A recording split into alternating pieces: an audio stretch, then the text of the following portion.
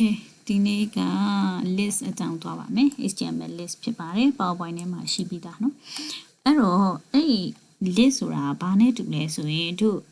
Microsoft Word တို့ဘာလို့သုံးဘူးလဲသိလိမ့်မယ်ပေါ့နော်သုံးဖို့သူ့မှာဆိုလို့ရှိရင် bullet and numbering ဆိုတာရှိရယ်เนาะဒါမျိုးဆို bullet ကလေးပေါ့နော်ဒီမှာဆိုလို့ရှိရင် coffee tea mix ဆိုတဲ့ဟာလေးတွေက bullet ကလေးတွေပေါ့နော်အဲ့တော့အဲ့လို bullet ကလေးတွေဆိုရင်ဘယ်လိုရေးလဲပေါ့နော် number ပါတဲ့1 2 3ပုံစံဆိုရင်ဘယ်လိုရေးလဲအဲ့ဒါကိုရေးပြမယ်เนาะအဲ့တော့ bullet ဆိုရင်ဘယ်လိုရေးလဲဆိုရင် तू က an order list လို့ခေါ်တယ်ဒီ bullet ကို HTML မှာလေ an order list UL လို့ခေါ်တယ်အဲ့တော့ UL ထဲမှာရေးတယ်ပေါ့နော် UL တက်ထဲမှာရေးတယ် airline နဲ့ရေးတယ်ပေါ့နော်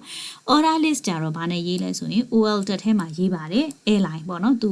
အတွင်းမှာကြတော့အတွင်းတက်က airline နဲ့ရေးပါတယ်ပေါ့နော်အဲ့ဒါလေးကိုဒီဘက်မှာ HTML မှာနမူနာရေးပြပါမယ်နော်အဲ့တော့ဒီမှာအသစ်ယူပြီးရေးလိုက်ပါမယ်စစချင်းရေးတာဆိုတော့ HTML5 ပေါ့နော် HTML5 ဆိုတော့သူ့ရဲ့ structure ပေါ်လာမယ်အဲ့မှာမှတို့ကHTML list လို့ခေါင်းစဉ်တက်လိုက်မယ်နော်